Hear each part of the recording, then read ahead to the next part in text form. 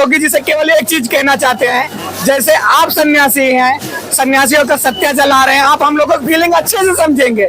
वैसे छात्र भी एक सन्यासी होता है, पूरा घर द्वार छोड़ के आता है, माता पिता को छोड़ के आता है, परिवार छोड़ के आता है, यहाँ पे तैयारी करता है। मजाक बना के रख दिया इन लोगों ने, हम लोगों के फ्यूचर का, हम लोगों के समय का, हम लोगों के साल का, हमारे परिवार के साथ क्या होता है, हमारे साथ क्या होता है, सारे स्टूडेंट के साथ क्या होता है, इनका जरा सा भी अंदाजा किसी को नहीं है। इसके भुक्तभोगी हम हैं, हमारे स्टूडेंट है, हमारे भाई बहन है, हमारा परिवार है, हमारा जीवन है। हम अपने जेन्युइन मान की लड़ाई लड़ रहे हैं। वहाँ पे लखनऊ, मुखर्जी नगर, करोल बाग, गोरखपुर, आजमगढ़, आगरा, तमाम विभिन्न जिलों में जहाँ भी प्रतियोगी छात्र हैं, हर जगह अपनी मांग को लेकर टिके। बिल्कुल अतार्किक चीज है, इस पे हम पीछे हटने वाले नहीं हैं। बेटी बचाओ बेटी पढ़ाओ, लेकिन बेटी भूखी बैठी है आयोग के सामने, तब आदित्य मुख्यमंत्री जी को समझ में नहीं आ रहा। आप रैली कर रहे हैं महाराष्ट्र में, लेकिन अपने प्रदेश की बेटियों को सुरक्षित नहीं देख पा रहे। आयोग के सामने भूखी बैठी कल महिला बेटी बहन रो रही थी, तब इनको समझ में नहीं आया। और लोक सेवा आयोग हो या हमारे योगी आदित्यनाथ जी हो, एक ही थाली के चट्टे बट्टे इंसान है, तो जाहिर सी बात है मिली भगत तो होगी ना।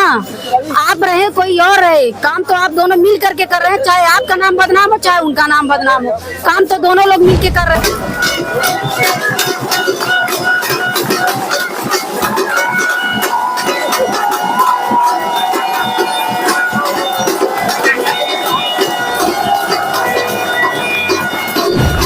छात्रों का प्रदर्शन लगातार 2 दिन से चल रहा है और आज तीसरा दिन है, और तीसरे दिन भी यहाँ पर छात्रों का भारी हुजूम है। यहाँ पर लोग इकट्ठा हैं और लगातार धरना प्रदर्शन चल रहा है।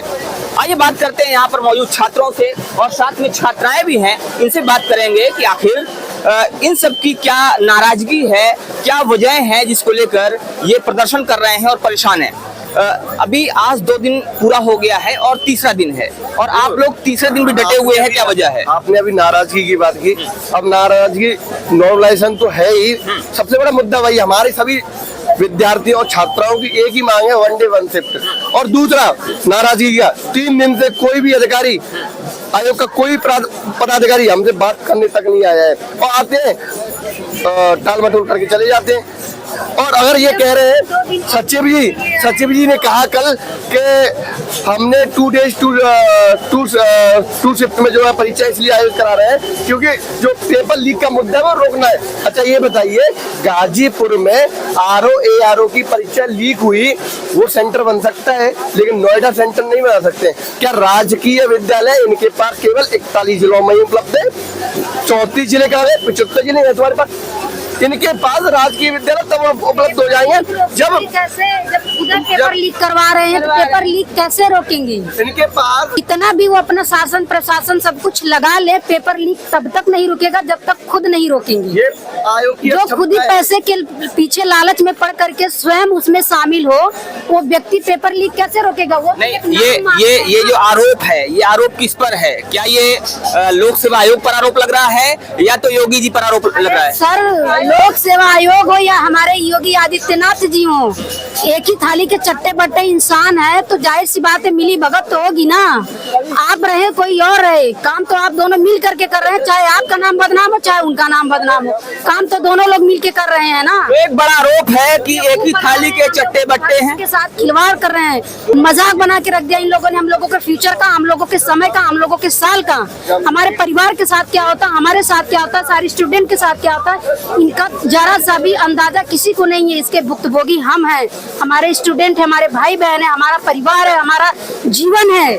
उन्हें क्या फर्क पड़ता है? घंटा फर्क पड़ता है उन लोगों को 3 दिन हो गया है, किसी ने खोज खबर ली है? अध्यक्ष महोदय जी तो हमको लगता है कि फुल्ली मार करके सो रहे हैं, उनको तो समझ ही नहीं है ना, पगुआ चढ़ा करके उनको तो अंदाजा ही नहीं है कि वाकई में यहाँ बच्चे किस तरीके से जूझ रहे हैं, किन किन समस्याओं से जूझ रहे हैं। अच्छा ये माननीय मुख्यमंत्री योगी आदित्यनाथ जी कहते हैं महिला सशक्तिकरण हमारी सरकार में प्रबल जोर से हो रहा है, और बेटी बचाओ बेटी पढ़ाओ, लेकिन बेटी भूखी बैठी है आयोग के सामने, तब आदित्य मुख्यमंत्री जी को समझ में नहीं आ रहा। आप रैली कर रहे हैं महाराष्ट्र में, लेकिन अपने प्रदेश की बेटियों को सुरक्षित नहीं देख पा रहे। आयोग के सामने भूखी बैठी कल महिला बेटी बहन रो रही थी, तब इनको समझ में नहीं आया। और पेपर लीक का मुद्दा हुआ। ये प्रशासनिक तंत्र की विफलता है और आयोग की अक्षमता है कहीं ना कहीं। हमारा इसमें क्या दोष है? पेपर आपकी प्रिंटिंग प्रेस से लीक होता है। पेपर जो लीक का मुद्दा है वो प्रिंटिंग प्रेस से लीक होता है। किसको पता? हमें पता है कि कहाँ चपती है, हमें तो नहीं पता। क्यों हमारे साथ ये अन्याय क्यों हो रहा है? क्यों, कब तक रोकेंगे हम यहाँ पे? तो छात्र एक बड़ा आरोप लगा रहे हैं कि जो प्रधानमंत्री बेटी पढ़ाओ बेटी बचाओ की बात करते हैं, वो प्रधानमंत्री इस बात को संज्ञान नहीं ले पा रहे हैं कि यहाँ पर 3 दिन से बेटियां भूखी बैठी हुई हैं। एक बेटी के तौर पर क्या कहना चाहेंगी इस बात पर जो कहा गया कि बेटी पढ़ाओ बेटी बचाओ की बात करने वाले प्रधानमंत्री इस पर ध्यान नहीं दे पा रहे हैं? वो मात्र एक शब्द है, कागजों में लिखा हुआ है, उनकी एक योजना है, बस इतना ही तक सीमित, केवल शब्द है। और कुछ जो प्रधानमंत्री जी हमारे बोल रहे हैं वो केवल शब्द है। हम लोग 3 दिन से यहाँ पर हैं सर, 3 दिन से बच्चियाँ यहाँ पर हैं, कितनी प्रॉब्लम हो रही बच्चियों को, वो लोग नहीं समझ पा रहे हैं। कथनी और करनी में धरती आसमान का अंतर होता है सर। नॉर्मलाइजेशन जो वो कहते हैं अगर उतना करने लगे तो आज ये कंडीशन नहीं आती। जो रोड पे बच्चे हैं, जो भूखे प्यासे तड़प रहे हैं, परेशान है, अपनी मांगों को लेकर के हड़ताल कर रहे हैं, ये उनको की नौबत ही नहीं आती। अगर जो आप कर रहे हैं, जो आप कहते हो, अगर आप करने लगे तो आपका जो बेटी बचाओ बेटी पढ़ाओ का नारा है ना, इतनी समझदारी आपको होती तो हम लोगों को ये कंडीशन नहीं झेलनी पड़ती। हम लोग करे पढ़ने आपकी वजह से झेलना पड़ रहा है। तो यहाँ पर तरह तरह के आरोप हैं कि यहाँ पर जो ध्यान दिया जाना चाहिए था, जो बेटियां हैं, जो बच्चियां हैं, स्टूडेंट्स हैं, यहाँ पे 2 दिन हो गए, आज तीसरा दिन है, लगातार यहाँ बैठे हुए हैं, भूखे हैं, प्यासे हैं, कोई ध्यान देने वाला नहीं है। और यहाँ तक कि लोक सेवा आयोग जिसके अधिकारियों को आना चाहिए था, आगे आके बात करना चाहिए था, उन्होंने भी कोई बात नहीं किया। क्या कहेंगे इस पे? सर 6 तारीख से हम लोग मुखर्जी नगर दिल्ली में प्रोटेस्ट किए, 8 को वहाँ से प्रोटेस्ट करके फिर हम यहाँ पे आए। हम अपनी जेन्युइन मांग की लड़ाई लड़ रहे हैं। वहाँ पे लखनऊ, मुखर्जी नगर, करोल बाग, गोरखपुर, आजमगढ़, आगरा, तमाम विभिन्न जिलों में जहाँ भी प्रतियोगी छात्र हैं, हर जगह अपनी मांग को लेकर टिके। बिल्कुल अतार्किक चीज है, इस पे हम पीछे हटने वाले नहीं हैं। कमीशन से तो उम्मीद नहीं रही, सरकार से विनम्र निवेदन कर रहे हैं क्योंकि इसे कि हमारे मसले को समझें, विषय की गंभीरता को समझें। मुद्दा बहुत गंभीर है, समझ लीजिए, ज्यादा बेहतर है। जो 27 में इलेक्शन है, ध्यान रखिएगा, हम आपको चुने हैं, आप पे प्रश्न चिन्ह हम नहीं उठा रहे हैं, लेकिन हमारे लिए कुछ ऐसा आप न करें कि हम आपके विषय में सोचने पर मजबूर हो जाएं। हम छात्रों के हित के विषय में सोचे। 1 शिफ्ट 1 डे 1 शिफ्ट में एग्जाम करवाने के लिए आप कमीशन को तत्काल बस एक ट्वीट ही तो करना है आपको। ये छात्र इतने सारे क्षेत्र में देख रहा हूँ कि मीडिया में तमाम बौद्धिक एक्सेस मंडल उसमें गलत तरीके से, भ्रामक तरीके से नॉर्मलाइजेशन को लेकर बहस करी जा रही है। ये बहस बिल्कुल अतार्किक है। मैंने रात में अभी एक खास चैनल में एक दिल्ली यूनिवर्सिटी के अच्छे प्रोफेसर, एकदम अतार्किक बहस है।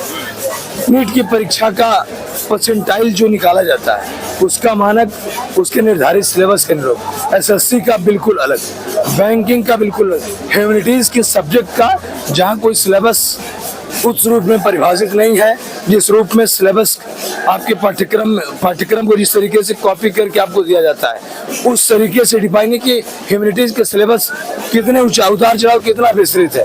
तो आप वहाँ पे कैसे कर सकते हैं कि उसको आप एक पहले लाएं, और अभी तब तो आप और भी नहीं कर सकते जब हर साल आप एक पेपर में 12 से 10 से 12 प्रश्नों के आंसर गलत देते हैं। आप खुद ही नहीं बता पाते। आप आयोग का एक पैनल होता है, वो खुद ही नहीं बता पाता कि इसका आंसर क्या है क्वेश्चन का। सबसे बड़ी बात है ये हवाला देते हैं।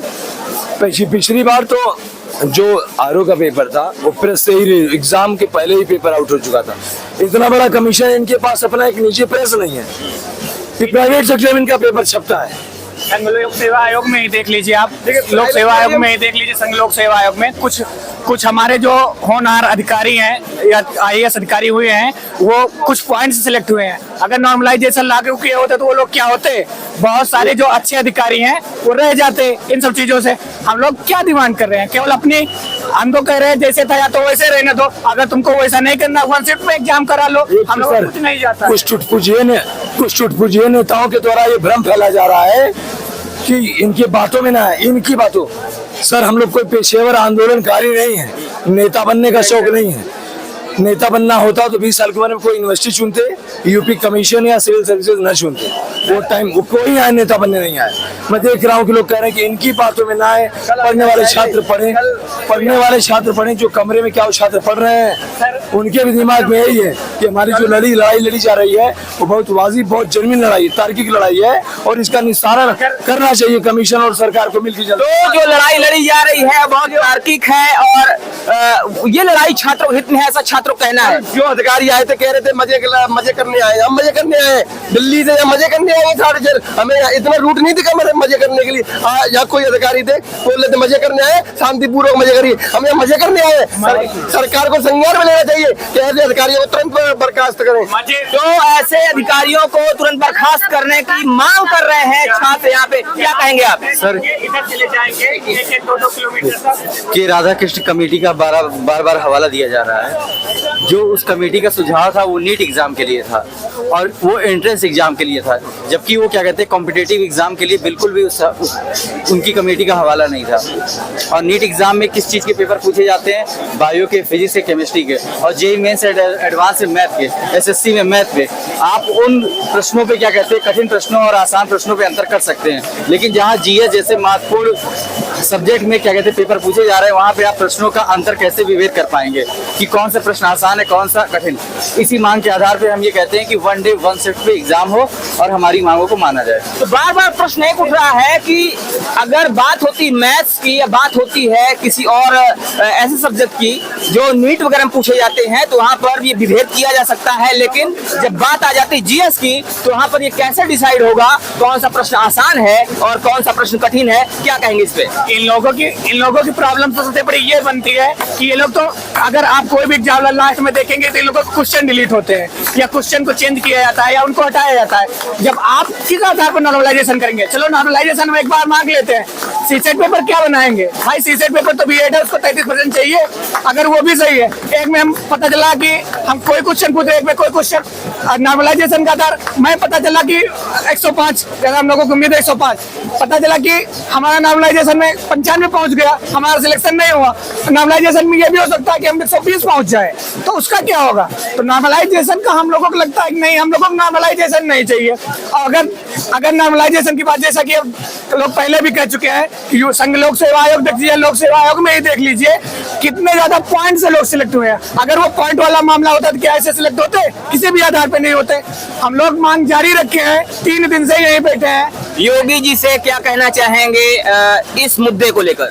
सरकार से और योगी जी से केवल एक चीज कहना चाहते हैं, जैसे आप सन्यासी हैं, सन्यासियों का सत्या चला रहे हैं, आप हम लोगों की फीलिंग अच्छे से समझेंगे, वैसे छात्र भी एक सन्यासी होता है। पूरा घर द्वार छोड़ के आता है, माता पिता को छोड़ के आता है, परिवार छोड़ के आता है, यहाँ पे तैयारी करता है। बड़े बड़े शहरों में जाके बच्चे गांव से चल के आते हैं यहाँ तैयारी करने, एक उम्मीद के साथ आते हैं। अगर सरकार ही ऐसे खिलवाड़ करेगी तो हम लोगों को क्या होगा?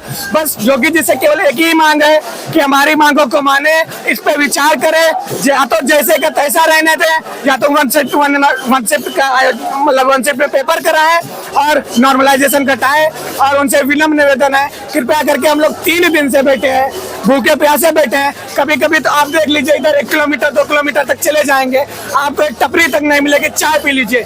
इस साइड चले जाएंगे आपको नहीं मिलेगी, खाली करा दिया गया है इसलिए कि हम लोग चाय पानी की तरह से ये कहो कि हम छात्रों का कुछ संगठन है या छात्र लोग हैं, वो लोग कहीं से पानी की व्यवस्था, कहीं केले की व्यवस्था, कहीं कुछ व्यवस्था करके लाते हैं, यही बैठते हैं। आप सोच लीजिए इतनी ठंड पड़ने लगी है, ओस में हम लोग यही सोते हैं, यही रहते हैं। कल तो ये लोग ये बोले कि अगर आप लोग चाय नाश्ता करने चले गए, मंजन करने चले गए तो दोबारा आने नहीं देंगे। हम लोग भूखे प्यासे 11 बजे तक यहीं बैठे, जब बच्चे इकट्ठा होने लगे तब हम लोग यहाँ से मंजन करने गए। वहां पे जाके आप देखेंगे सामने बिल्डिंग में जाके हम लोगों ने वहां पे जाके रिक्वेस्ट की कि हम लोगों को पानी दे दीजिए, थोड़ा सा रात में पानी वहां से लेकर आए। इतना तो छात्र भूखे हैं, प्यासे हैं, तीसरा दिन है और कहीं ना कहीं इनकी आवाज बता रही है कि काफी ज्यादा ये परेशान है, काफी ज्यादा थके हुए हैं। ये जो छात्र हैं लगातार मांग कर रहे हैं कि नॉर्मलाइजेशन को हटाया जाए और नॉर्मलाइजेशन को हटाने के साथ साथ 1 डे 1 शिफ्ट में एग्जाम कराया जाए। तो इस पर आपकी क्या राय है? आप अपनी राय में जरूर बताइएगा। मिलते हैं फिर से, तब तक के लिए जय हिंद।